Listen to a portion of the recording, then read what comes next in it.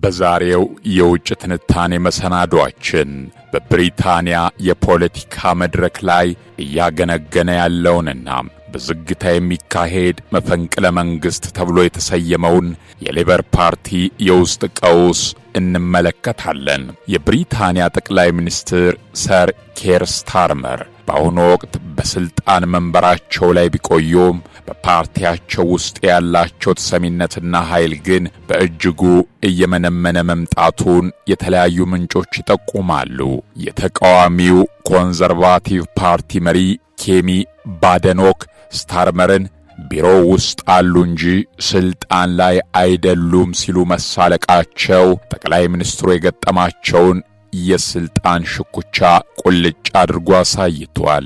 ይህ ቀውስ የጀመረው በቅርቡ በተካሄደው የአካባቢ ምርጫ ሌበር ፓርቲ ካጋጠመው ከፍተኛ ሽንፈት ጋር ተያይዞ ነው።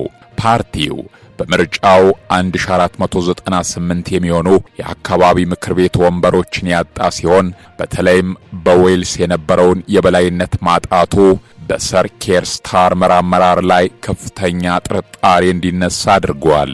ይህ ሽንፈት በፓርቲው ውስጥ ለረጅም ጊዜ የታመቀውን ቅሬታ በማፈንዳት ሰር ኬር ስታርመር በሚቀጥለው አጠቃላይ ምርጫ ፓርቲውን ለድል ያበቁታል የሚለውን ተስፋ ሟጦታል። በብሪታንያ የፖለቲካ ታሪክ ውስጥ የኮንዘርቫቲቭ ፓርቲ መሪዎችን በማውረድ ረገድ ፈጣን ቢሆንም የሌበር ፓርቲ ሕግጋት ግን መሪን ለማውረድ ረጅም ጊዜ የሚወስዱና አስቸጋሪ ናቸው። ኮንዘርቫቲቭስ 15 በመቶ የሚሆኑ የፓርላማ አባላቶቻቸው ድምፅ ከሰጡ መሪውን ለማውረድ የአመኔታ ድምፅ ማደራጀት ቢችሉ፣ በሌበር ፓርቲ በኩል ግን 20 በመቶ የሚሆኑ የፓርላማ አባላት ተፎካካሪ እጩን መደገፍ አለባቸው። ይህም በቀጥታ ወደ አገር አቀፍ የፓርቲው አባላት ድምፅ አሰጣጥ ይመራል።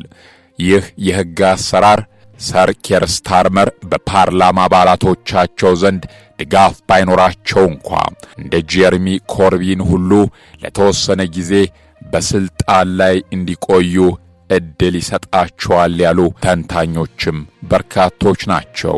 ይሁን እንጂ የስታርመር የካቢኔ አባላት የነበሩት ዌስ ስትሪንግ ከስልጣናቸው መልቀቃቸውና ለፓርቲው መሪነት ለመወዳደር ዝግጁ መሆናቸውን መግለጻቸው በሰር ኬር ስታርመር ላይ ያለውን ጫና ክሮታል።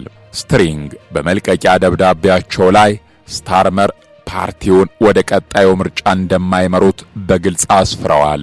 ከዚህም በተጨማሪ የሰሜኑ ንጉሥ ተብለው የሚጠሩት የማንቸስተር ከንቲባ አንዲ በርንሃም ወደ ፓርላማ ተመልሰው ስታርመርን ለመተካት እያደረጉት ያለው ዝግጅት የፖለቲካውን አየር ይበልጥ አሙቆታል።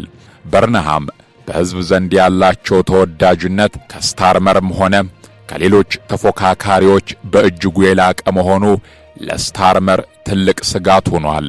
ነገር ግን የብሪታንያና የሌበር ፓርቲ ችግር በኬር ስታርመር ስብዕና ላይ ብቻ የተንጠለጠለ አይደለም የሚሉም አሉ። የኢኮኖሚ ባለሙያዎች እንደሚተነትኑት እንደ አውሮፓውያን አቆጣጠር ከ2008ቱ ዓለም አቀፍ የፋይናንስ ቀውስ በኋላ ካጋጠማት የኢኮኖሚ መቀዛቀዝ ገና አላገገመችም። ዝቅተኛ የኢንቨስትመንት መጠን፣ የብሬግዚት አሉታዊ ተጽዕኖና በቅርቡ ያጋጠመው የኃይል ዋጋ ግሽበት መንግሥት የገባውን ቃል እንዳይፈጽም አድርጎታል። ሰር ኬር ስታርመር በመጀመሪያ ቃል የገቡትን የ28 ቢሊዮን ፓውንድ የግሪን ጆፕ ወይም አረንጓዴ ኢንቨስትመንት ዕቅድ ወደ 5 ቢሊዮን ዝቅ ማድረጋቸው የገጠማቸውን የፋይናንስ ውስንነትና የፖሊሲ አለመረጋጋት ያሳያል ያሉም አሉ። ብሪታንያ በአሁኑ ወቅት መሪ ቢኖራትም አገሪቱ ግን በፖለቲካዊና ኢኮኖሚያዊ ቀውስ ውስጥ እየተናወጠች ትገኛለች። የሰር ኬር ስታርመር ጣፋንታ በቀጣዮቹ ሳምንታት በሚከናወኑ የፖለቲካ ውሳኔዎች ላይ የተንጠለጠለ ሲሆን የሌበር ፓርቲም ከውስጥ ሽኩቻ አውጥቶ አገሪቱን ለመምራት ያለውን ብቃት ማረጋገጥ የሚኖርበት ወሳኝ ወቅት ላይ ይገኛል ተንታኞች ያመላክታሉ።